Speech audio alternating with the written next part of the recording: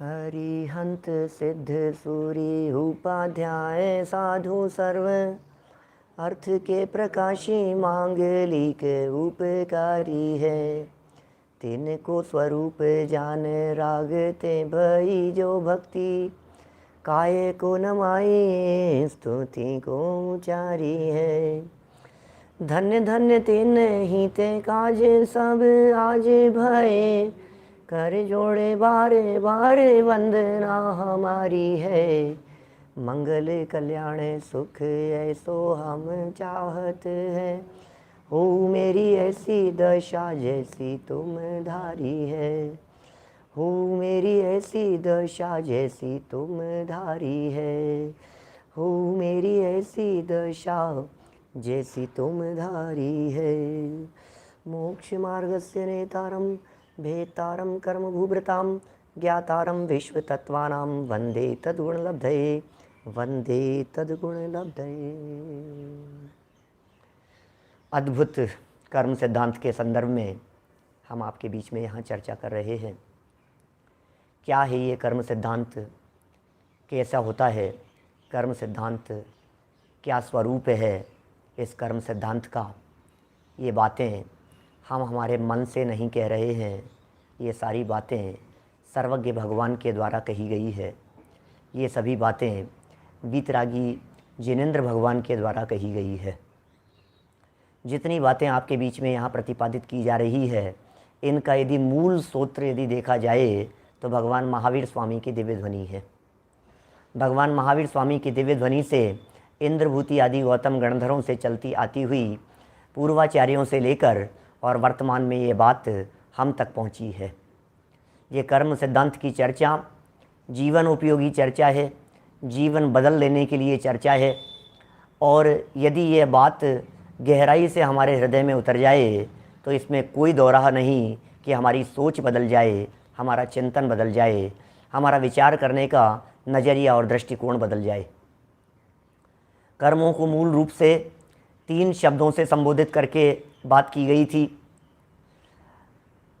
एक का नाम द्रव्य कर्म, दूसरे का नाम भाव कर्म और तीसरे का नाम नौ कर्म।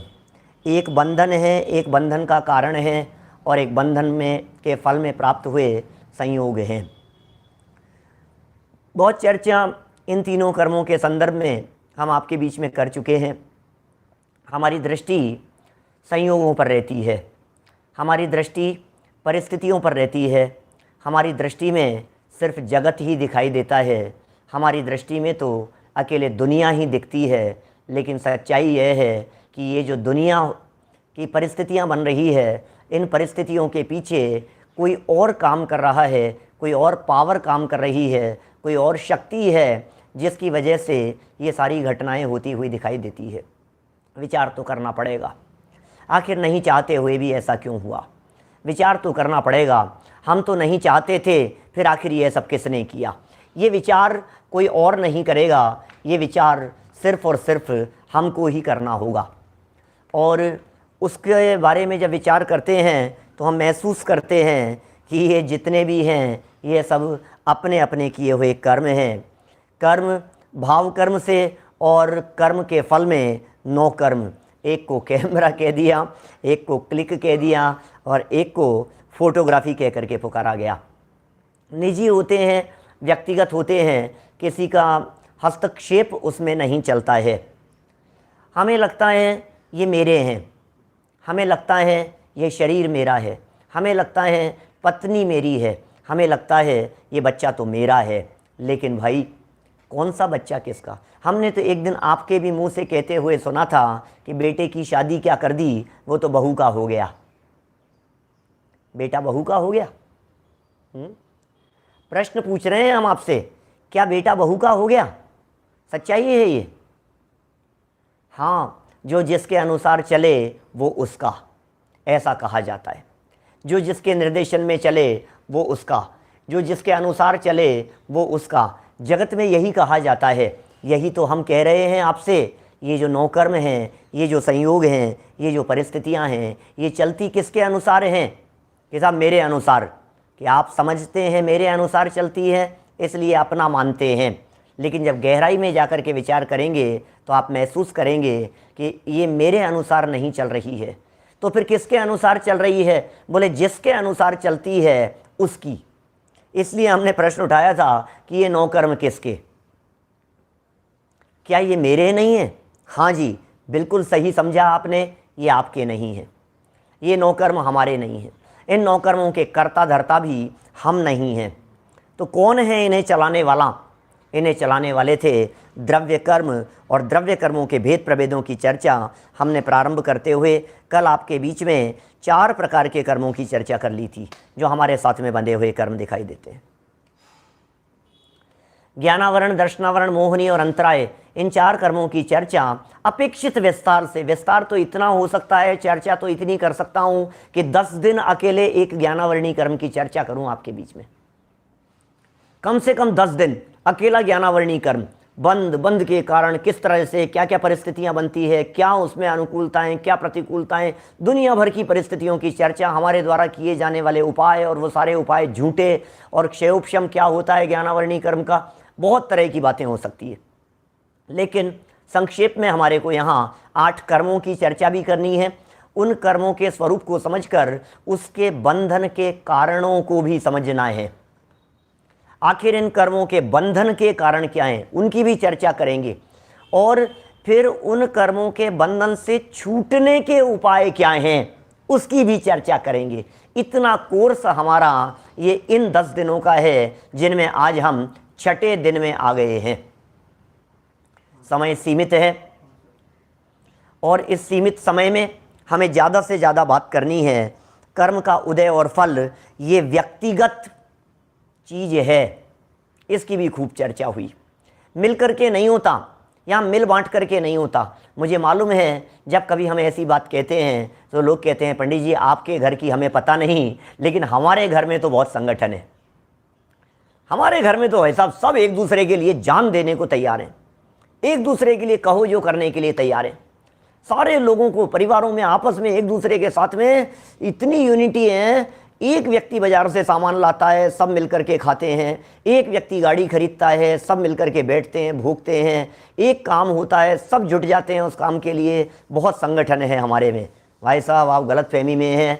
उस संगठन में भी सब व्यक्तिगत हुआ करता है, सबका दर्द अपना अपना, सबका दुख अपना अपना, सबकी आकुलता अपनी अपनी, सबको नया बंधने वाला कर्म अपना अपना। हमारे जो एक आचार्य हैं, पूज्यपाद आचार्य, उन्होंने एक बहुत सुंदर उदाहरण देकर के इस समूह के संदर्भ में चर्चा की है। उन्होंने इस प्रकार का बतलाया हमारे को कि भैया ये जो परिवार है, जैसे आप कह रहे हैं सब मिलकर के साथ में दिखाई देते हैं, इस परिवार में सब साथ में नहीं आए थे। इस परिवार वाले सभी लोग साथ में जाने वाले नहीं हैं। उन्होंने एग्जाम्पल दिया रात्रि में विश्राम करने के लिए आने वाले कुछ कबूतरों का, कुछ पक्षियों का। अलग अलग दिशा से आने वाले पक्षी रात्रि भर किसी एक वृक्ष के ऊपर विश्राम करते हैं, एक वृक्ष के ऊपर आकर बैठ जाते हैं। कोई 5 मिनट पहले आता है, कोई 15 मिनट बाद में आता है, कोई जल्दी आता है, कोई देरी से आता है। आने में तो आगे पीछे हैं ही, रात्रि भर साथ में रहने के बाद सुबह उड़ने में भी आगे पीछे हैं। न केवल आगे पीछे हैं, अपितु कौन सी दिशा में चले जाना है उसमें भी सब अलग अलग दिशाओं में। तो अलग अलग दिशाओं से वे पक्षी आए थे, अलग अलग दिशाओं में उन पक्षियों को सुबह होते ही चले जाना है। वे जितने भी पक्षी थे, उन पक्षियों के आने का समय और जाने का समय भी अलग अलग था, और आने और जाने का स्थान भी अलग अलग था। कुछ समय तक साथ में रहकर ऐसा समझ लिया गया ये तो मेरे ही हैं, अपने ही हैं। भाई साहब जितने परिवार में साथी दिखाई दे रहे हैं, ये सब मुसाफिर की तरह है। जयपुर से कलकत्ता ट्रेन में सफ़र करते समय यदि 40 घंटे का ट्रेन का सफ़र है, तो अनेक मुसाफिर ऐसे होते हैं जो हमारे साथ में बैठ जाते हैं। बहुत ऐसे होते हैं जो साथ में उतरने वाले भी होते हैं, और बहुत ऐसे होते हैं जो कुछ देर बाद में चढ़ते हैं, कुछ देर पहले उतर जाते हैं, कुछ देर बाद तक रहते हैं। बीच का थोड़ा बहुत समय साथ में रहने का है, लेकिन सच्चाई यह है कि वो साथ में साथ कुछ नहीं है। इसलिए भाई प्रत्येक व्यक्ति का अपना परिणाम, प्रत्येक व्यक्ति का अपना बंधन, प्रत्येक व्यक्ति का अपना कर्म, प्रत्येक व्यक्ति अलग अलग गतियों से आया है और अलग अलग गतियों में चले जाना है। गहराई से विचार, पता नहीं कब समय हो जाए, मैं चर्चा करूंगा अभी आयु कर्म के संदर्भ में जब आपके बीच में, तो इस बात को उठाऊंगा और थोड़ी सी गहराई से। यहाँ तो बात यह है कि कर्म का उदय और फल ये व्यक्तिगत या सामूहिक, ये प्रश्न ही खड़ा नहीं होता है। बात तो व्यक्तिगत ही है, दिखता सामूहिक है, होता व्यक्तिगत है। दिखता ऐसा है सबने मिलकर के किया, लेकिन सच्चाई यह है कि वहां भी सब कुछ व्यक्तिगत ही था। देखिए, ज्ञानावरण नाम का एक कर्म, ज्ञानावरण कर्म के उदय में याद नहीं होता था, समझ में नहीं आता था, भूल जाते थे, पता ही नहीं चलता था, ज्ञान से बात ओझल हो जाती थी। हम कितना भी गर्व करते रहें, हमने इनको पढ़ाया, हमने इनको सिखाया, भैया प्रत्येक व्यक्ति अपने ज्ञानावरणी कर्म के उदय के अनुसार सीखता है। ज्ञानावरणी कर्म के क्षयोपशम के अनुसार सीखता है और उदय के अनुसार उसे समझ में नहीं आती है। कौन किसको समझाए, कौन किसको बतलाए, कौन किसको सिखाए।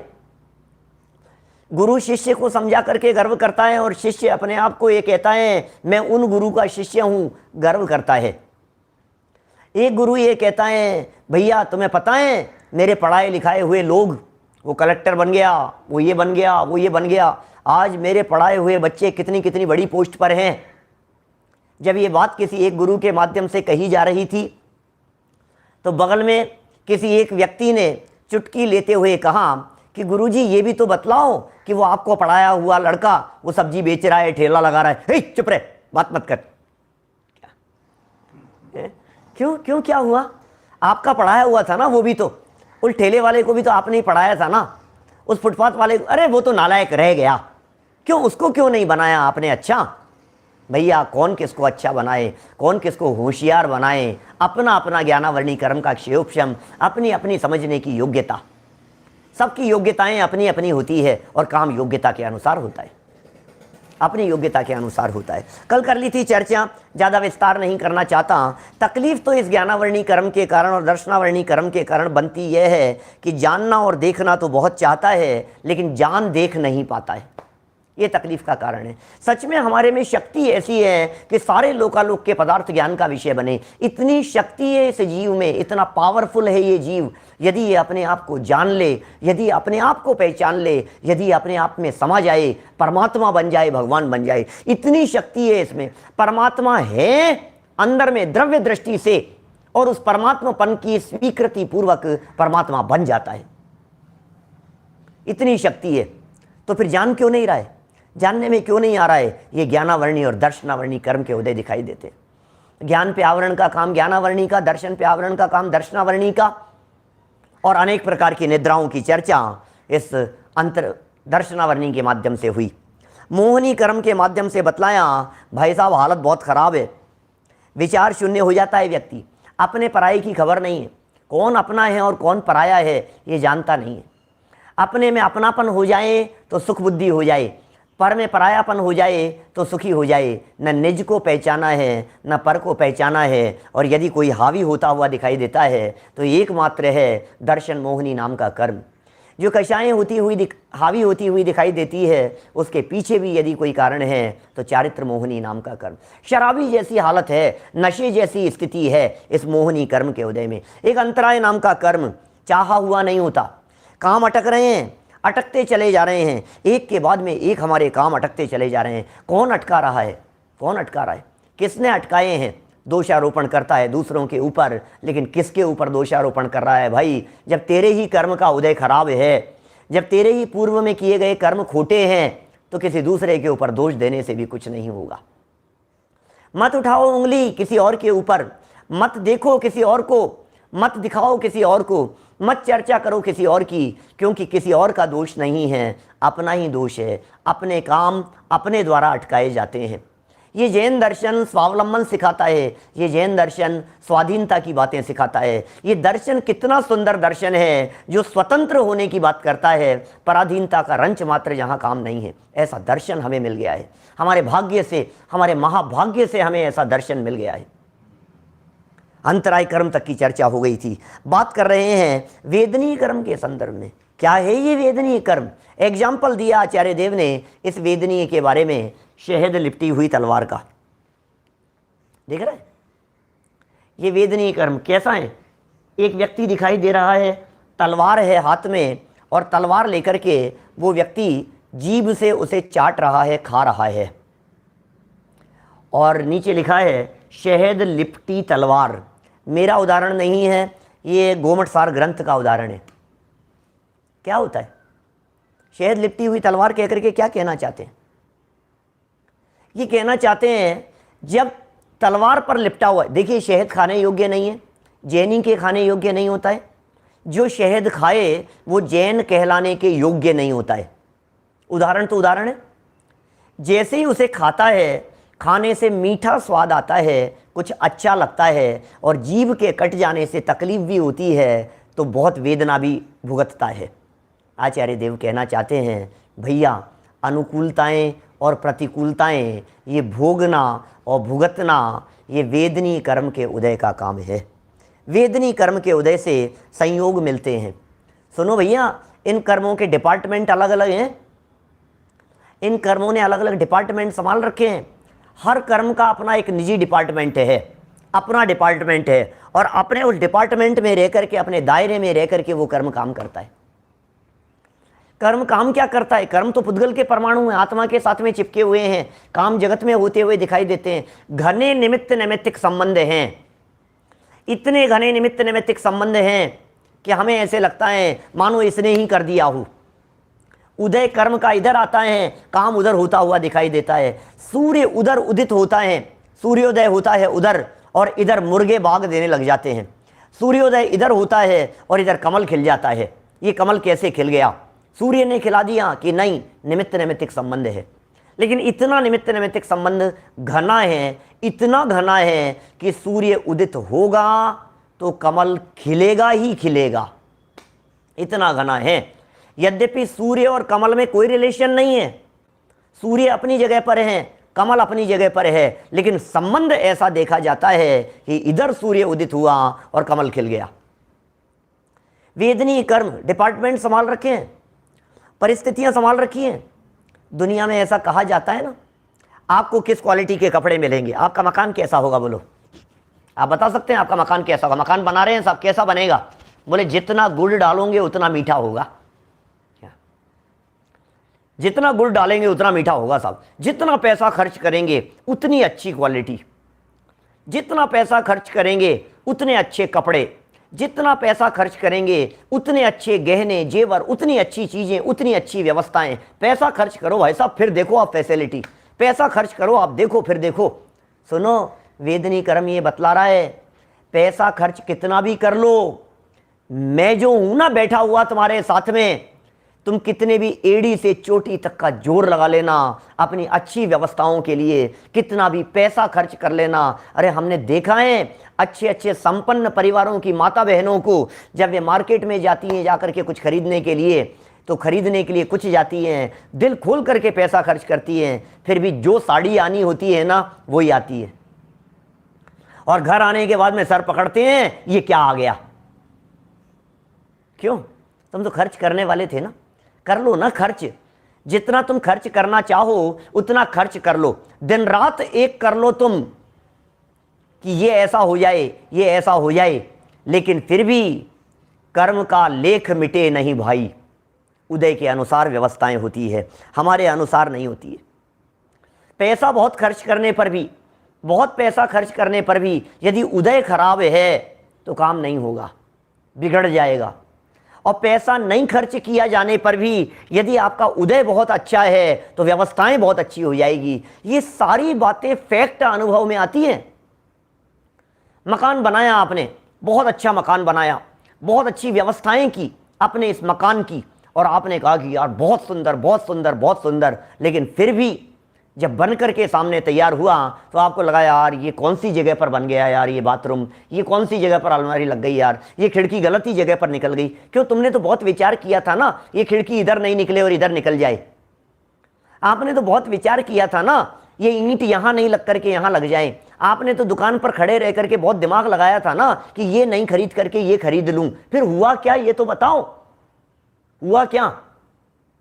वस्तु के परिणमन को कौन रोकने में समर्थ है? वस्तु की स्वतंत्र परिणमन व्यवस्था को कौन टालने में समर्थ है? कौन बदले भैया? किस किस पर चलाओगे आप? कहीं भी तो नहीं चलती है, सर के बालों पर नहीं चल रही है क्या? आप सालों पर चलाने की कोशिश कर रहे हो, कहीं नहीं चलेगी, कहीं नहीं चलेगी। बोलो, फर्नीचर चेंज कर रहा है, बदल रहा है, नौकर बदल रहा है, व्यवस्थाएं बदल रहा है, तू बदलता रहे। जगह बदल लेने से व्यवस्थाएं नहीं बदल जाती, उदय नहीं बदल जाता। और बात तो इस वेदनी के माध्यम से कुछ और गजब की कहना चाहता हूं मैं, थोड़े सूक्ष्म अभ्यासी लोगों के लिए कहता हूं। क्या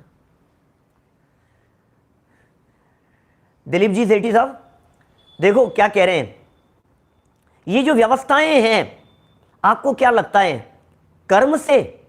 कर्म तो उदय मात्र है। वस्तु का क्षेत्र से क्षेत्रांतर होना अपनी योग्यता से होता है। एक वस्तु यहां से वहां चल करके आई है, अपनी योग्यता से आई है, उदय उसमें निमित्त बनता है, वेदनी कर्म उसमें कारण बनता है, निमित्त बन जाता है, निमित्त कारण बन जाता है, वो अनुकूल दिखने में और प्रतिकूल दिखने में। मैं आपसे कहता हूं, प्रश्न है मेरा आप सबके बीच में, सामने स्क्रीन पर लिखा हुआ प्रश्न दिखाई दे रहा होगा आपको। क्या प्रश्न है? इस जगत में कोई वस्तु अच्छी बुरी है? क्या जगत में कोई वस्तु अच्छी बुरी है? प्रश्न है मेरा प्रश्न है। दुनिया में कोई वस्तु अच्छी है क्या? दुनिया में कोई वस्तु बुरी है क्या?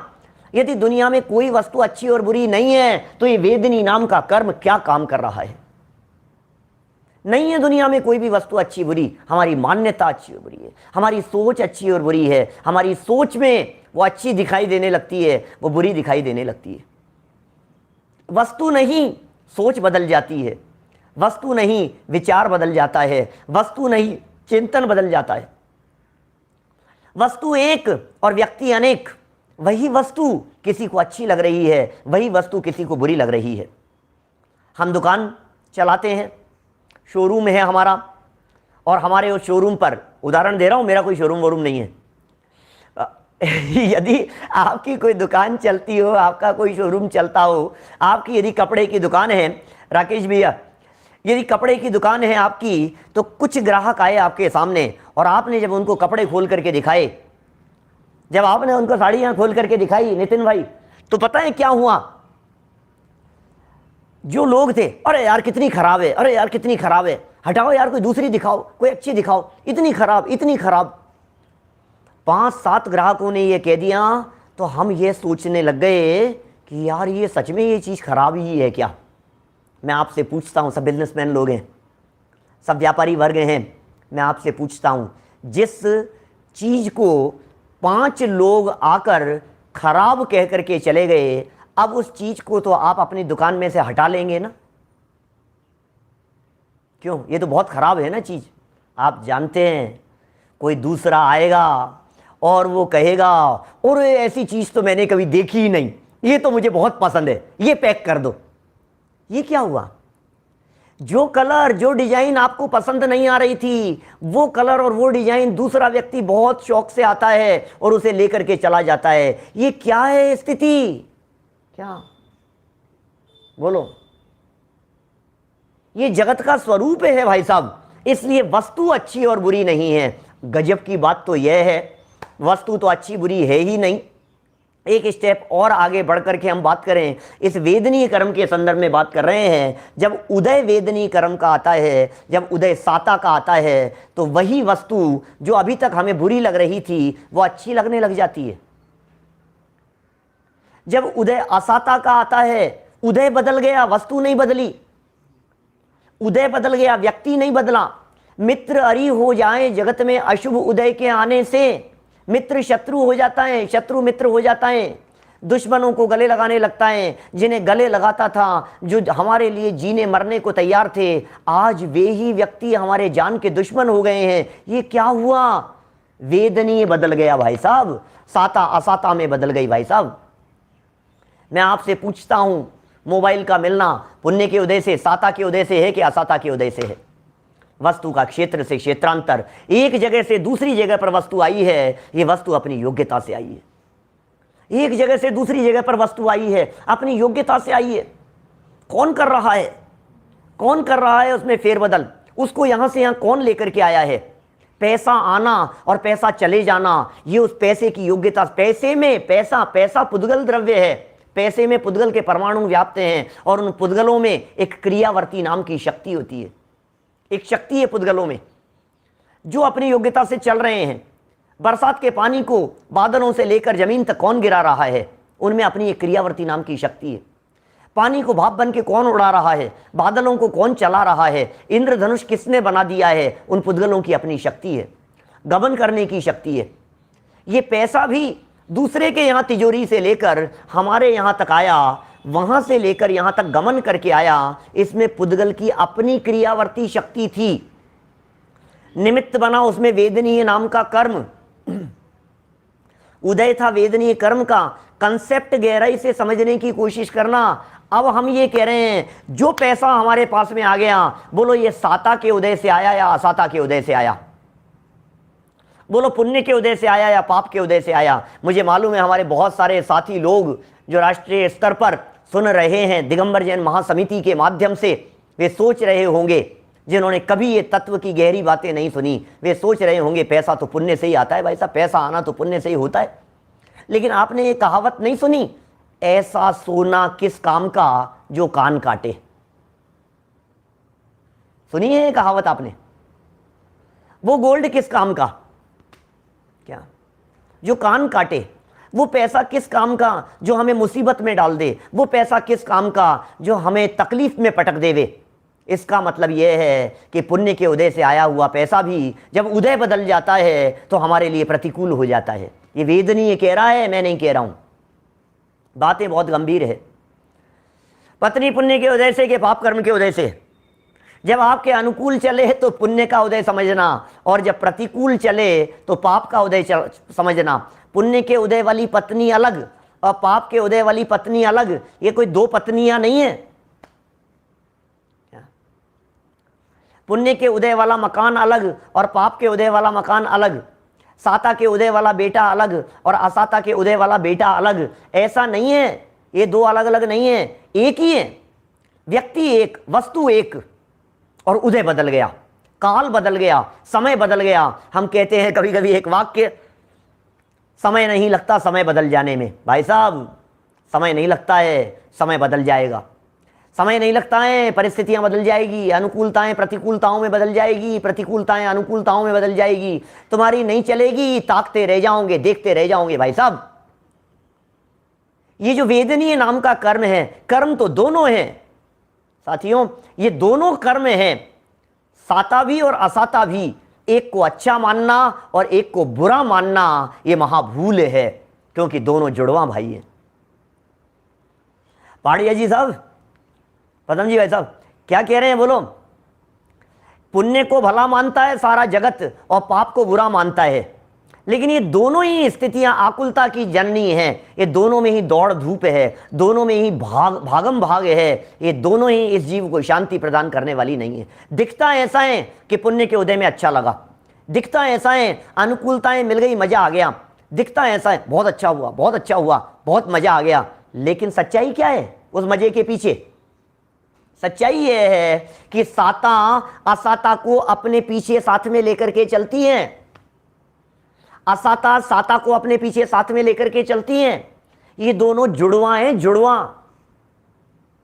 आपको मालूम है, एक साधु महात्मा थे, फटे हाल हालत थी, कुछ दरिद्रता थी बहुत ज़्यादा, और वे पहुंच गए किसी एक राजा के राज दरबार में, और दरवाजे पर जाकर के और चौकीदार से ये कहा कि जाओ राजा साहब को कहना कि साड़ू भाई आए हैं।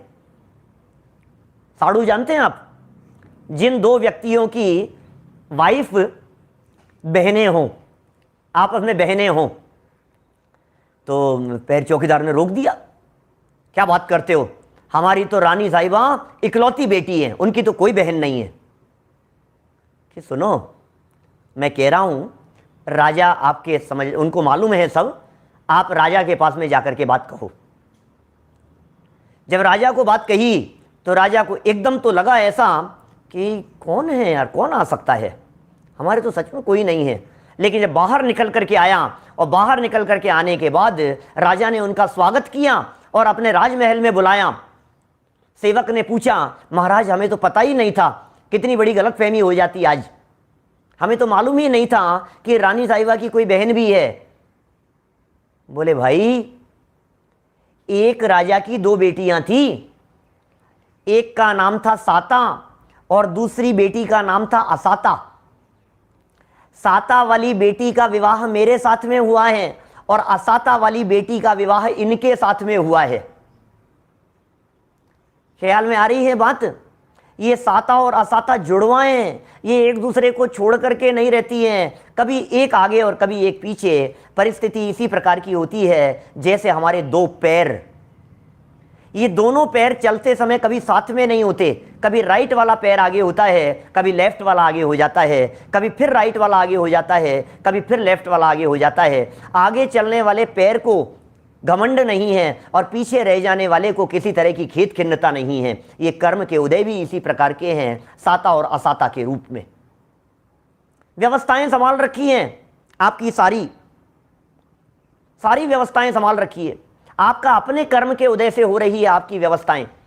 कभी कभी लोग जब समाज में इस प्रकार की बातें करते हैं, पंडित जी आज तो मरते मरते बच गया, ऐसा एक्सीडेंट होते होते बच गया, मैं क्या बताऊं। देखो हम तो कोई धर्म कर्म करते नहीं हैं, लेकिन हमारे अम्मा जी रोजाना खूब धर्म कर्म करते हैं। कोई उनका ही दिया लिया आड़े आ गया हमारे, क्या उन्होंने किया और उनका किया हुआ थोड़ा सा हमारे आड़े आ गया। गलत फहमी में हो, ये सिखा रहे हैं यहाँ पर, कुछ नहीं करते हैं भाई साहब, किसी का कोई आड़े नहीं आता है। क्या चलें आगे थोड़ा सा इस वेदनी कर्म के आगे। बातें तो बहुत है, मैंने पहले भी कह दिया है, एक एक कर्म के संदर्भ में 10-10 दिन चर्चा करें, ये ऐसे विषय हैं। और हमारे अशोक जी भाई साहब बढ़िया जी कह चुके हैं आपको पहले भी ये बात कि ये कर्म सिद्धांत ये इतना विशाल प्रकरण है। जिनागम के 4 अनुयोगों में से एक अनुयोग की चर्चा माने 25% ऑन एन एवरेज, और ऑन एन एवरेज की क्या बात करें, एवरेज चलता नहीं है, क्योंकि कर्णानुयोग के प्रकरण बहुत विशाल हैं। पूरी धवला, जय धवला, महाधवला, षटखंडागम जैसे महान ग्रंथ, कषाय पौड़ जैसे महान महान ग्रंथ, गोमटसार, जीवकांड, कर्मकांड जैसे महान ग्रंथ इस कर्म सिद्धांत के लिए समर्पित है। मैं ऐसा कह सकता हूं 80% जिनवाणी इस कर्णानुयोग के लिए समर्पित है। 80% जिनवाणी की चर्चाएं, उन कर्णानुयोग की चर्चाओं में भेद विज्ञान की बात, आत्मा की बात कहीं कहीं आएगी कभी कभी। आगे बढ़ते हैं आयु कर्म की तरफ। नया एक कर्म है, बोलो नाम क्या है उसका? आयु कर्म। आयु कर्म क्या काम करता है? ये आयु कर्म क्या काम कर रहा है? ये आयु कर्म कह रहा है जिंदगी और मौत। आयु कर्म का उदय क्या दिख रहा है इसके उदय में आपको? जिंदगी और मौत। ये आयु कर्म के उदय का काम है। जिंदगी भी आयु कर्म के उदय से है और मौत आयु कर्म समाप्त हो जाने के कारण से है। सारी दुनिया में उठापटक चल रही है जिंदगी और मौत के लिए। झूल रहा है ये जीव, मर नहीं जाऊं, मर नहीं जाऊं, मर नहीं जाऊं, मरने की कल्पना मात्र से डरता है। कदम कदम पे इसको मौत इसको ऐसी लगती है, मौत की चर्चा भी मत करो। ये मौत की चर्चा करने के लिए भी मना करता है। कह रहे हैं भैया मौत से क्या डरना, आएगी ये तो। जिसने जन्म लिया है उसका मरण तो नियम से होगा। हम क्या बताएं आपको, क्या चर्चा। जिसका जन्म है उसका मरण तो नियम से होने वाला है ना। जिसका समय आ गया है उसे बचाने में कौन समर्थ है, और जिसका समय नहीं आया है उसे मारने में कौन समर्थ है। हमारा समय नहीं आया, दुनिया की कोई ताकत मुझे मार नहीं सकती। हमारा समय आ गया, दुनिया के बड़े बड़े डॉक्टर मिलकर के भी मुझे बचा नहीं सकते। ये सिखा रहा है आयु नाम का कर्म। आयु, आयु, एज, हर समय आयु कर्म का उदय चल रहा है, हर समय आयु कर्म का फल मिल रहा है। मार दिया इन्होंने, बेमौत मारे गए बेचारे। कौन बेमौत मारे जाएंगे? बहुत सुंदर पंक्तियां एक दादा की आश्रण भावना में। जिंदगी एक पल कभी कोई बढ़ा नहीं पाएगा, रस रसायन सुत सुभट कोई बचा नहीं पाएगा। लाइनें सुनना, लाइनों की गहराई में जाने की कोशिश करना। थोड़ा सा कुछ तथ्य हाथ लगेगा, बहुत सारी हमारी मिथ्या मान्यताएं निकलेगी, बहुत सारी गलतफहमी निकलेगी। थोड़ा सा विचार करना। जिंदगी एक पल कभी कोई बढ़ा नहीं पाएगा, रस रसायन सुत सुभट कोई बचा नहीं पाएगा। सत्यार्थ है बस बात यह है, कुछ भी कहो व्यवहार में, जीवन मरण अशरण शरण कोई नहीं संसार में, कोई नहीं संसार में। कौन संसार में शरण है? व्यवहार की बातें इन्होंने बचा लिया। अरे भाई साहब, दुर्घटना हो गई थी, एक्सीडेंट हो गया था, सही समय पर डॉक्टर मिल गए, सही समय पर इन्होंने पहुंचा दिया अस्पताल, सो बच गए। व्यवहार की बात है भाई साहब। सच्चाई तो यह है आयु कर्म बचा हुआ था। सच्चाई तो यह है आयु कर्म अवशेष था। आयु कर्म यदि बचा नहीं होता तो समय पर व्यवस्थाएं भी नहीं मिलती, समय पर ट्रीटमेंट भी नहीं होता, समय पर डॉक्टर भी नहीं मिलते, कोई बचा नहीं पाएगा। जिंदगी एक पल कभी कोई बड़ा नहीं पाएगा, रस रसायन सुत सुभट, रस है, रसायन है, सुत है, सुभट है, कोई बचा नहीं पाएगा। अब बोलो क्या करें अपनी जिंदगी को बढ़ाने के लिए? मौत, जिंदगी और मौत के बीच में झूल रहे हैं हमारे पिताजी, जिंदगी और मौत के बीच में झूल रहे हैं हमारे दादाजी, हमारे चाचा जी, हमारे भाई साहब, हमारा बेटा जिंदगी और मौत के बीच में झूल रहा है। डॉक्टर साहब बचा लो, डॉक्टर साहब बचा लो, कुछ करो डॉक्टर साहब, कहो जितना पैसा देने के लिए तैयार हूं, 1 करोड़ रुपया दे दूंगा, 5 करोड़ दे दूंगा, 50 करोड़, आपकी जिंदगी बना दूंगा, आपको जिंदगी में पैसे की तरफ देखना नहीं पड़ेगा, इतना पैसा दे दूंगा, बचा लो मेरे बच्चे को। कौन बचाए? डॉक्टर कहता है शांति, प्लीज प्लीज थोड़ा संभालो अपने आप को, थोड़ा संभालो अपने आप को। जवाब दे देता है मेरे हाथ में नहीं है कुछ भी, मैं कुछ नहीं करने में समर्थ हूं। कौन बचाए भाई साहब? समय आ गया है, उसे बचाने में कौन समर्थ है? और फिर ये करता है ऊटपटांग प्रयास, ऊटपटांग इलाज, ऊटपटांग कोशिशें। जब डॉक्टर जवाब दे देते हैं तो फिर ये सोचता है जब दवा से काम नहीं चलता तो शायद दुआ से काम चल जाएगा, क्या? और दवा छोड़ करके दुआ की तरफ चला जाता है। ये मिथ्यात्व है। ये जैन दर्शन ये कह रहे हैं कि यदि आयु कर्म से जीवन और मरण होता है तो फिर दुआ से क्या होगा बतलाओ? क्या वो दुआ आयु कर्म बढ़ा सकती है? क्या वो दुआ आयु कर्म मिटा सकती है? कितने करें विधान हम, कौन से? शांति विधान।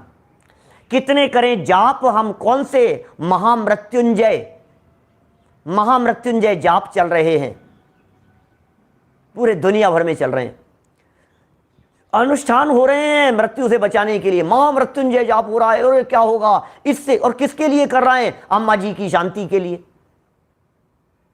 अम्मा जी की तबीयत ठीक करने के लिए। प्रश्न है हमारा, अम्मा जी तो बिस्तरों में पड़ी है, विधान कर रहे हो आप और तबीयत ठीक हो जाएगी अम्मा जी के। वही बात है कुल मिलाकर के। सिद्धांत यदि एक बार समझ में आ गया, कंसेप्ट यदि एक बार समझ में आ गया तो धोखा खाने की संभावना नहीं है। तो फिर साहब आप क्या कहना चाहते हो? हम विधान नहीं करें? आप क्या कहना चाहते हो? हम शांति विधान नहीं करें? शांति विधान करो, जरूर करो शांति विधान, खूब करो शांति विधान, लेकिन तबीयत ठीक करने के लिए मत करो। क्या? ग्रहों की शांति के लिए मत करो, गलत अभिप्राय रख करके मत करो, गलत सोच रख करके मत करो, गलत इंटेंशन से मत करो। समझ में आ रही है? इंटेंशन गलत नहीं होना चाहिए, सोच गलत नहीं होनी चाहिए, प्रयोजन ही गलत है, दृष्टिकोण ही गलत है, नजरिया ही गलत है, अभिप्राय में ही खोट बैठा हुआ है, सोच में ही गलती बैठी हुई है, इंटेंशन पकड़ में आता है। जो इंटेंशन हम पकड़ सकते हैं, क्या भगवान के पकड़ में नहीं आता होगा? क्या उनके ज्ञान का विषय नहीं बनता होगा? और धमाधम किए जा रहे हैं। और बड़ा आश्चर्य तो तब होता है, जीते जी करे तब तो ठीक है, मरने के बाद उनके लिए शांति विधान हो रहे हैं। क्या? मरने के लिए शांति विधान करा रहा है, किसके लिए? उनकी आत्मा की शांति के लिए। अरे उनकी आत्मा की शांति तो छोड़, अपने आत्मा की शांति तो कर ले पहले। अपने आत्मा में शांति नहीं है और उनके आत्मा की शांति के लिए दान पुण्य किए जा रहा है, उनके आत्मा की शांति के लिए पैसे खर्च किए जा रहे हैं, उनके आत्मा की, जीते जी उनके लिए 1 पैसा खर्च नहीं किया। जीते जी अम्मा जी रोते रहे, बेटा ये करवा दे, बेटा ये कर, अरे तुम्हें क्या जरूरत है, अरे तुम्हें क्या जरूरत है। और मरने के बाद में उनके मरने की शांति के लिए पैसे बांट रहा है, व्यवस्थाएं कर रहा है, बर्तन बांट रहा है, किताबें बांट रहा है, न मालूम क्या क्या कर रहा है, शांति के लिए विधान करा रहा है, अनुष्ठान करा रहा है, भोज करा रहा है, प्रीति भोज करा रहा है, लोगों को बुला रहा है। क्या क्या कर रहा है भैया तू? दिमाग ठिकाने हैं थोड़ा सा? विधान करो भगवान के, पूजन करो भगवान की, लेकिन निस्वार्थ भाव से करो, प्रयोजन रख करके मत करो, मान्यता सुधार करके करो, भगवान के भक्त बन करके आओ, भिखारी बन करके मत आओ। आयु कर्म कह रहा है, जिंदगी और मरण मेरे हाथ में है, तू किसके चक्कर में उलझाए क्या?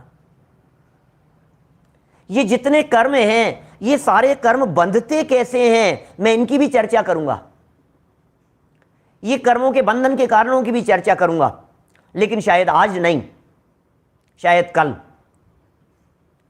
शायद क्यों, कल तो करेंगे ही करेंगे, कल तो इनके कारणों की चर्चा करेंगे ही, करना ही है हमारे को, अधिक विस्तार नहीं देते हुए। आखिर ये कर्म बनते क्यों हैं, इनकी बात करेंगे। लेकिन अभी तो बात क्या चल रही है कि आयु कर्म इकट्ठे कर रहा है, जोड़ रहा है, मौत का ठिकाना नहीं है, पल भर का भरोसा नहीं है, अगले पल जिंदगी रहेगी या नहीं रहेगी इसका ठिकाना नहीं है। मार्केट में जाता है, पदार्थों को देखता है, वस्तुओं को देखता है, शॉपकीपर को ये कहता है साहब गारंटी है क्या इसकी? बोलो, अपनी टेम्परेरी लाइफ में हर चीज परमानेंट तलाशता है। लाइफ टेम्परेरी, चीज परमानेंट चाहिए। गारंटी है कि नहीं है? कितनी गारंटी है? ड्यूरेबिलिटी कितनी है? आपकी लाइफ की कितनी ड्यूरेबिलिटी है ये बतलाइए। अगला पल है हमारे पास में, अगला समय है हमारे पास में, कितना समय लाइफ का आपके पास में बचा है?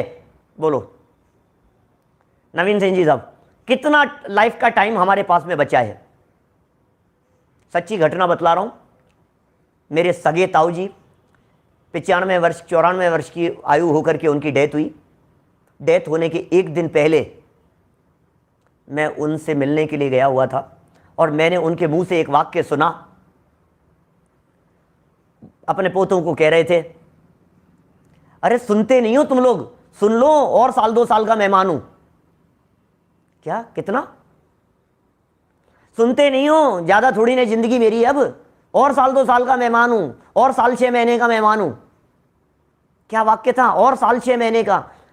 भाई साहब 90 साल के व्यक्ति से भी पूछोगे तो वो कहेगा साल 6 महीने का मेहमान हूं। 30 साल के व्यक्ति से पूछोगे तो कहेगा अभी तो 40-50 साल और जिंदा रहना है। क्या? मैं आपसे पूछता हूं, आप अपने आप के बारे में बतलाइए, लाइफ का कितना टाइम है आपके पास में? सबकी जबान से यही निकलेगा। कोई कहेगा 10-20 साल, कोई कहेगा 25-30 साल, कोई कहेगा 40 साल, कोई कहेगा साल 2 साल तो है अभी कम से कम। 80 साल की एज हो गई और कम से कम 5-10 साल तो है ही अभी। 80 साल की उम्र हो गई, 5-10 साल तो है ना, 5-10 साल। ये आयु कर्म कह रहा है, सुन, आयु कर्म का डीजल और पेट्रोल जो अंदर में चल रहा है, ये जो पेट्रोल खत्म हो रहा है, डे बाय डे हर पल खत्म होता चला जा रहा है। अंजुली जलसम जवानी क्षीण होती जा रही, ये जो प्रत्येक पल जिंदगी खत्म होती चली जा रही है, ये आयु कर्म कह रहा है भैया रिजर्व की फैसिलिटी नहीं है। हमारी गाड़ी रिजर्व में नहीं आती है। बड़ी बड़ी महंगी गाड़ियां होती है ना, वे रिजर्व में नहीं आती। लेकिन पंडित जी आपको पता नहीं है, रिजर्व में तो नहीं आती लेकिन इंडिकेशन जरूर देती है। बाइक वगैरह होती है ना जो रिजर्व में आ जाती है, रिजर्व की तरफ उसका नोट घुमा देते हैं अपन, अब वो रिजर्व में चल रही है। मान लो ये मनुष्य गति रूपी, मनुष्य जीवन रूपी, मनुष्य लाइफ रूपी हमारी पूरी की पूरी गाड़ी ये रिजर्व में चल रही है। अब रिजर्व में चल रही है, बाइक दौड़ाते चले जा रहे हैं और बाइक को दौड़ा रहे हैं, चल रही है चल रही है चल रही है, अभी तो और चलेगी, अभी तो और चलेगी, अभी तो और चलेगी। और फिर अचानक क्या होता है, किसी मोड़ पर आकर, किसी चौराहे पर आकर के धक धक धक खत्म, झटके से आकर के बंद हो जाती है।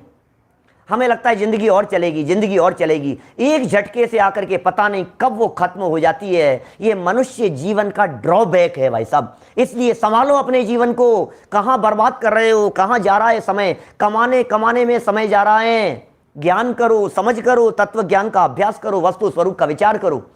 क्या क्या कहती है जनवाणी, क्या कहता है जैन धर्म, क्या है ये सिद्धांत, क्या मिल गए हैं हमारे महाभाग्य से, हमें हमारे महाभाग्य से मिल गए हैं।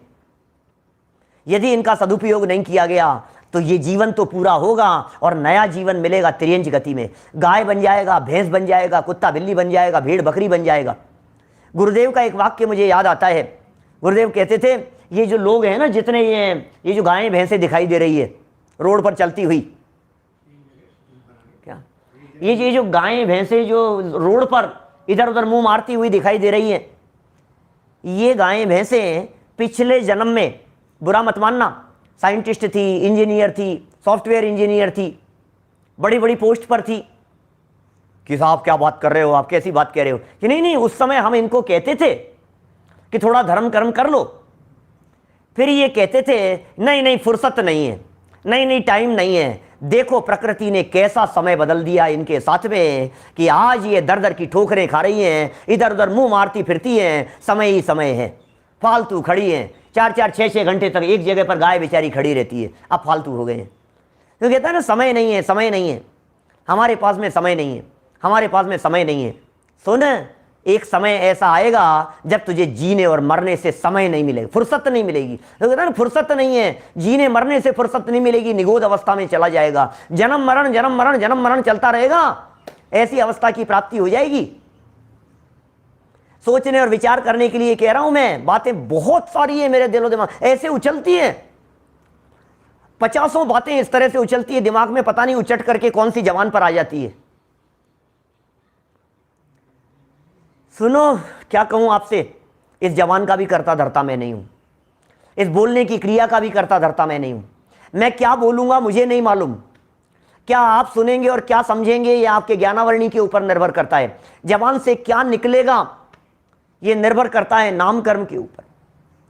ये श्वासोश्वास, ये भाषा, ये वचन व्यवहार, ये शब्द वर्णाओं रूप से परिणमित होना, ये नाम कर्म के उदयजन्य परिस्थिति का काम है। जवान किस प्रकार की होगी, शरीर की अवस्थाएं किस प्रकार की होगी। हमने एक वाक्य थोड़ी देर पहले कहा था, ये डिपार्टमेंट्स हैं अलग अलग जो संभाल रखे हैं अलग अलग व्यक्ति ने। नाम कर्म ने अलग डिपार्टमेंट संभाल रखा है, वेदनी कर्म ने अलग डिपार्टमेंट संभाल रखा है, आयु कर्म ने अलग डिपार्टमेंट संभाल रखा है। तू क्यों टेंशन ले रहा है, मर नहीं जाऊं मर नहीं जाऊं मर नहीं जाऊं, चिंता क्यों कर रहा है? रोजाना तो बोलता है राजा राणा छत्रपति हाथ इनके असवार, और मरना सबको एक दिन अपनी अपनी बार। रोज तो बोलता है दल बल देवी देवता मात पिता परिवार, और मरती विरिया जीव को कोई ना राखन हार। रोज बोल रहा है, रोज बोल रहा है, 12 भावना का पाठ कर रहा है, मरती विरिया जीव को कोई न राखनहार, कोई न राखनहार। बोलता तो है लेकिन समझता नहीं है इसका अर्थ क्या है, बोलता तो है लेकिन समझता नहीं है इसका भाव क्या है। रोजाना भगवान के सामने खड़ा होकर के पाठ बोलता है, जाप बोलता है, अब फिर भी भावना यही भाता है मर नहीं जाऊं यार, डर लगता है मुझे। अभी तो तू बोल रहा था लाखों वर्षों तक जीऊं या मृत्यु आज ही आ जावे। किसकी भावना है? मेरी भावना है, मेरी भावना। वाह, मेरी भावना, बहुत अच्छा, ये मेरी भावना है, इसे मेरी भावना कहते हैं। तेरी भावना तो ये है कि मैं जिंदा ही रहूं, तेरी भावना तो ये मैं कभी मरूं ही नहीं, तेरी भावना तो ये मौत मेरे कभी आवे ही नहीं। सुन, यदि इस भावना को सफल करना चाहता है तो एक महामंत्र देते हैं तुझे। वो मंत्र क्या है? अपने आप को देह से भिन्न देखना की तैयारी कर, अपने आप को देह से भिन्न देखना चालू कर दे। मैं शरीर नहीं हूं, मैं शरीर वाला नहीं हूं, मैं शरीर से भिन्न तत्व हूं। अब मौत नहीं आएगी तुझे, क्योंकि मरे अनंत बार बिन समझे, अब समझ लिया, अब मौत नहीं आती है। समझदार लोगों को मौत नहीं आती है, ना समझ को मौत आती है। हमने अपने आप को शरीर समझ लिया तो हमें लगता है मौत, हमें लगता है छूट जाएगा, हमें लगता है मर जाऊंगा, हमें लगता है कहीं और चला जाऊंगा, क्या होगा। अरे मौत का डर क्यों है? थोड़ी और गहराई में जाकर के बात करूं तो वस्तु स्थिति यह है कि इसको मौत का डर नहीं है। मौत का जो स्वरूप है ना, उसे देख करके संयोग छूट जाने से दुखी होने का डर है। संयोग छूट जाएंगे। जानते हैं ना आप मौत क्या होती है? एक मोबाइल 80,000 रुपये का खरीदा था और टूट गया, फूट गया, चोरी चला गया, हमारे हाथ से निकल गया। 2 मिनट के लिए छूटा था और तलाशा तो मिल नहीं रहा है, रिंग कर रहे हैं तो मिला नहीं। अब क्या करें बोलो? अब ये टेंशन में आ गया। एक चीज गई है और आप आकुलित व्याकुलित हो गए हैं। आप जानते हैं मौत उसका नाम है जब एक मोबाइल नहीं, एक घर नहीं, एक बच्चा नहीं, एक परिवार का सदस्य नहीं, तन पर एक कपड़ा नहीं, सारी चीजें, गाड़ी महल मकान बंगला, सारी चीजें एक साथ एक झटके से छीन ली जाती है। उस परिस्थिति का नाम है मौत। इसलिए डरता है, मौत आ जाएगी, मौत आ जाएगी, मौत आ जाएगी। लेकिन हम बता रहे हैं ना, ये जिनवाणी माँ बता रही है ना आपको, ये जिनवाणी माँ हमारे को सिखा रही है ना, डरने की जरूरत नहीं है क्योंकि तू कभी मरता नहीं है। डरने की जरूरत नहीं है क्योंकि तू वो तत्व है जिसका जन्म भी नहीं होता और जिसका मरण भी नहीं होता। नवी उपजई नवी मरई बंधु न मोक्षु करई, 20 गाथाएं मेरे दिलो दिमाग में उछल रही है, प्राकृत की गाथाएं, संस्कृत के श्लोक और छंद। लेकिन मुझे मालूम है सामान्य लोगों के बीच में जबरदस्ती पंडिताई की बातें नहीं करना। मैं सिर्फ बातें वही कह रहा हूं आप लोगों के बीच में जो आप लोगों के समझ में आने योग्य दिखाई देती है। कोई बात ऐसी नहीं है जो समझ में नहीं आ सके, हर बात समझ में आ रही है। किसी का सहारा ले लो आप। ये आयु कर्म की चर्चा यहां मैं समझता हूं अपेक्षित विस्तार से मैंने आपके बीच में कर ली है। मैंने मौत कभी भी आ जाएगी इस बात को सावधान रखो, सामने रखो, उसके लिए प्रति समय तैयार रहो। और मैं मरने वाला नहीं हूं ऐसे अनादि अनंत तत्व पर दृष्टि रखो। अपने अनादि अनंत आत्म तत्व पर दृष्टि रखकर अब मौत की परवाह नहीं है। अब जो होता है, लाखों वर्षों तक जीऊंगा तो भी मुझे कोई दिक्कत नहीं है, और यदि आज ही मर जाऊंगा तो मुझे भी कोई प्रॉब्लम नहीं है, किसी तरह की कोई प्रॉब्लम नहीं है। क्यों? क्योंकि शरीर तो बदलना ही है। जिस तरह से तन पर कपड़े बदलते हैं उसी तरह से तन भी बदल जाता है। ये तन वस्त्रों की तरह है, इसलिए न इन्हें जबरदस्ती रोकने की चेष्टा करो और न मैं मर जाऊं ऐसा विकल्प करो। कभी व्यक्ति बहुत दुखी होता है तो ये कहता है मर क्यों नहीं जाता, मर क्यों नहीं जाता। कह रहे हैं भैया तेरे विकल्पों से तू मरेगा नहीं। कहता है मैं मरना नहीं चाहता, कि तेरे विकल्पों से तू बचेगा नहीं। इसलिए न मरने के विकल्प कर न जीने के विकल्प कर। पता है समाधि की भावना क्या होती है, संलेखना और समाधि की भावना क्या होती है? बोलते हो आप लोग सब, वही पंक्तियां सुना रहा हूं। जीने की हो न वांछा, मरने की हो न इच्छा, परिवार मित्र जन से मैं मोह को छुड़ाऊं। क्या बोलो? अभी मैंने किया था बीच में कोरोना के समय में एक प्रवचन, मरने इसके संदर्भ में, क्या करें अंत समय में। 35-37 हजार लोगों ने देखा है उसे। मैंने क्या करें अंत समय में, जीने की इच्छा नहीं है, मरने की वांछा नहीं है। इसका नाम है समाधि। हमें कोई विकल्प नहीं है। क्या सहजता होती है, क्या शांति होती है। लेकिन ये शांति और सहजता तत्व ज्ञान के अभ्यास से आती है। ये शांति और सहजता आत्मस्वरूप के अवलंबन से आती है। ज्ञानियों को डर नहीं होता, ज्ञानियों को मौत की चिंता नहीं होती, उन्हें परवाह नहीं होती। आखिर ऐसा क्या मिल गया है उन्हें जो उन्हें तकलीफ नहीं हो रही है। प्रतिकूल परिस्थितियों में भी ज्ञानी जीव समता भाव रखते हैं। आखिर उन्हें ऐसा क्या मिल गया है? बोलो, सीता को क्या मिल गया? कितने उदाहरण मिलेंगे आपको? उठा करके देखो, इतिहास उठा करके देखो। मैं लाइन लगा करके सैकड़ों उदाहरण आपको कह सकता हूं। उनकी उन परिस्थितियों को देखो, उन परिस्थितियों में उनके पास में क्या था? तत्व ज्ञान था, समझ थी, विचार था, जिनवाणी का अवलंबन था, भगवान के केवल ज्ञान के ऊपर श्रद्धा थी। ये श्रद्धा और ज्ञान यदि होता है अंदर में तो फिर दृढ़ता आती है। ये श्रद्धा और ज्ञान यदि होता है फिर दुनिया की कोई ताकत आपको दुखी करने में समर्थ नहीं होती। दुनिया की कोई ताकत आपको विचलित करने में समर्थ नहीं होती। इतनी श्रद्धा को मजबूत कर लो, अपने कर्म के उदय के सिवाय दुनिया की कोई ताकत मेरा न बिगाड़ सकती है न सुधार सकती है। इतने मजबूत यदि आप हो जाएंगे तो फिर आपको कौन दुखी करे बताओ। सामने वाला व्यक्ति ये कहता है, सामने वाले व्यक्ति ने आकर के मारना पीटना शुरू किया, आप दुखी होना चालू हो गए। उसने आपका चश्मा छीनना शुरू कर दिया, आप दुखी हो गए। उसने आपके पैसे छीनना शुरू कर दिया, आपने कोई बात नहीं, शांति रखने का प्रयत्न किया। अनेक बातें बनती चली जा रही है। आप पढ़ो ना उत्तम क्षमा धर्म का अर्घ। गाली सुन मन खेद न आनो, गुण को अवगुण कहे अयानो, कही है अयानो, वस्तु छीने बांधे मारे बहुविधि करे, घर ते निकारे तन विदारे, बैर जोन तहां धरे। क्यों नहीं हो रहा है बैर ज्ञानियों को? ये ज्ञानियों की क्षमा कैसी होती है?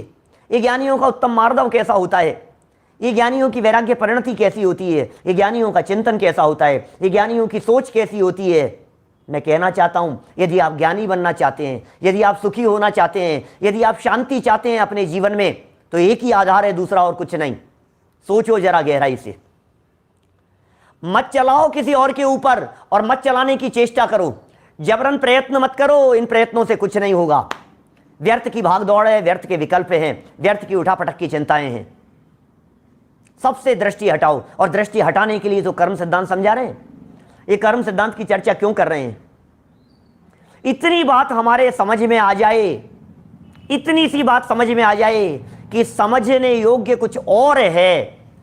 इतनी बात समझ में आ जाए कि समझ में से समझ आती है, किसी के समझाने से नहीं आती। इतनी बात समझ में आ जाए कि मेरे सुख दुख और परिस्थितियों का कर्ता धर्ता कोई दूसरा नहीं है, मैं स्वयं जिम्मेदार हूं। इतनी सी बात समझने के लिए कर्म सिद्धांत की चर्चा कर रहे हैं, कर्मों की चर्चा कर रहे हैं, वस्तु स्वतंत्रता की चर्चा कर रहे हैं, स्वावलंबन की चर्चा कर रहे हैं। बातें भगवान महावीर स्वामी की दिव्य ध्वनि में आई है भैया, बातें जिनवाणी में कही है। नहीं पढ़ोगे, नहीं समझोगे तो फिर मंत्र तंत्र में उलझे रहोगे। हाँ, मैं इसका जाप कर रहा हूं, इसका जाप करने से मेरी उम्र बढ़ गई, 5 साल बढ़ गई, 10 साल उम्र बढ़ा ली हमने। मैं कर रहा हूं कोशिश, बढ़ा ली आपने उम्र, बहुत अच्छा, आपकी उम्र बढ़ गई है, मुझे मालूम है। आयु कर्म बढ़ गया क्या? जितना लेकर के आया था कैसे बढ़ाएगा उसे? साक्षात भगवान उतर करके आ जाएं तो बढ़ाने में समर्थ नहीं है। साक्षात तीर्थंकर परमात्मा उतर करके आ जाएं तो बढ़ाने और घटाने में समर्थ नहीं है। अब कौन बच जाएंगे? सारी मान्यताएं सुधर जाएगी। श्रद्धा और विश्वास रखो, गलत प्रयोजनों से न भक्ति करो, न गलत प्रयोजनों से पूजन करो। संयोग तो छूटने हैं, इसलिए आसक्ति मत रखो। जितने संयोग हैं सब नियम से छूटेंगे, आसक्ति मत करो। अरे इकट्ठे कर लो चाहे जितने हीरे मोती, मगर याद रखो कफन के जेब नहीं होती। भोगने की सामर्थ्य नहीं है, ले जाने की व्यवस्था नहीं है। बड़े पंडित जी साहब का वाक्य है, हे जीव सोचना विचार करना क्या क्या भोगेगा। एक रिसर्च के मुताबिक बात कर रहा हूं, वैज्ञानिकों की, साइंटिस्ट लोगों की रिसर्च की बात कर रहा हूं, दुनिया में जो रिसर्च हुई है उसके आधार पर बात कर रहा हूं। एक व्यक्ति अपनी लाइफ में अपनी संपत्ति का 30% से ज्यादा उपयोग नहीं कर पाता, 30% से ज्यादा उपयोग नहीं कर पाता। आपकी जितनी एफडीआई हैं बढ़ती रहेगी, बढ़ती रहेगी, बढ़ती रहेगी। एफडीआई रिन्यू होती है, एफडीआई तोड़वाता कौन है? अब भले ही नहीं हो वो एफडीओ का जमाना इसका, लेकिन फिर भी खर्च नहीं होता। इसको घटती हुई अच्छी नहीं लगती, बढ़ाता जाता है, बढ़ाता जाता है, बढ़ाता जाता है। इकट्ठे कर लो, सोने चांदी के लगा लो अपने घर में। आपको मालूम है सद्दाम हुसैन जब मरा था ना, तो सद्दाम हुसैन जब मरा तो उसके घर में सारे सब चीजें जब जब्त की गई तो ऐसी ऐसी चीजें निकली, सोने के वॉश बेसिन, नलों के अंदर डायमंड जड़े हुए हैं, क्या कांच लगे हुए हैं, वो सारे के सारे पूरे डायमंड के लगे हुए, जमीनों के अंदर सब हीरे जड़े हुए, बाथरूम में ऐसा देखो तो देखते रह जाओ। अब ऐसे ऐसे सब मिले वहां। फिर सोचा यार, मैं विचार किया कि जब सोने के वॉश बेसन में और डायमंड जड़े हुए नल में से जब पानी आता होगा तो मुंह धोते समय कितने डायमंड आते होंगे? कैसा फील होता होगा? किस धोखे में है, किस गलतफहमी में है? भाई साहब मरे जा रहा है मोह मोह के कारण, और भाई एक दिन मौत आ जाएगी। विचार करना, दुनिया में कोई शरण नहीं है, एक आत्मा ही शरण है। शुद्धा तमरु पंच गुरु जग में शरणों दोए। एक तो शुद्ध आत्मा तेरे लिए शरण है और दूसरा पंच परमेष्ठी तेरे लिए शरण है। इनके अलावा और कोई शरण नहीं है। जगत में किसी की शरण तलाशने की जरूरत नहीं है। बाकी शरण तलाशना ये मिथ्या मान्यता और मिथ्या भ्रांतियां हैं। निकाल दो ये मिथ्या मान्यताएं, निकाल दो ये मिथ्या भ्रांतियां। या तो अपने आत्मा की शरण ले लो, और आत्मा की शरण नहीं ले पा रहे हो तो पंच परमेष्ठियों की शरण में चले जाओ। बचा लेंगे इसलिए नहीं, बता देंगे इसलिए। क्या क्या मतलब? सुनना वाक्य क्या कह दिया मैंने? पंच परमेष्ठियों की शरण में इसलिए नहीं जाना कि वे मुझे मौत से बचा लेंगे, पंच परमेष्ठियों की शरण में इसलिए जाना कि वे मुझे मौत नहीं आती है, यह बात बता देंगे। ये पंच परमेष्ठी, ये वीतरागी संत, ये दिगंबर मुनिराज मुझे ये बात बताते हैं, ये शास्त्र मुझे ये बात बताते हैं कि भैया नहीं मरेगा तू कभी भी, चिंता मत कर। कितने बम विस्फोट हो जाएं, कितनी बमबारी तेरे ऊपर होती रहे, लेकिन तू कभी नहीं मरेगा। ऐसा तत्व इस देह रूपी देवालय में, इस देह रूपी मंदिर में एक भगवान बैठा हुआ है। दो तरह के भगवान होते हैं, दादा ने एक लिखा भी एक पाठ, दो तरह के भगवान। एक भगवान वे जो मंदिर में विराजमान है, दूसरे भगवान वे जो भगवान इस शरीर के अंदर विराजमान है। जो बाहर में विराजमान भगवान दिखाई देते हैं, उनकी भक्ति करने से भक्त बनता है, और जो अंदर में विराजमान भगवान है, उसकी भक्ति और आराधना करने से ये जीव स्वयं भगवान बन जाता है। दुनिया में एकमात्र दर्शन है जो भक्त नहीं भगवान बनने की बात करता है। ये कर्म सिद्धांत की थोड़ी बहुत चर्चा को हम जानें, सीखें, समझें। कर्म बंधन के कारणों की चर्चा भी कल करेंगे अपेक्षित विस्तार से, और फिर उनसे बचने की बात भी करेंगे, और इनसे बचते हुए अल्पकाल में हम उस अवस्था की प्राप्ति करें जहां सदा सदा के लिए कर्म से मुक्त हो जाएं, परमात्मा बन जाएं। हम सभी की ऐसी अवस्था अल्पकाल में प्रकट हो, इसी मंगल भावना से बात को यहीं विराम देता हूं।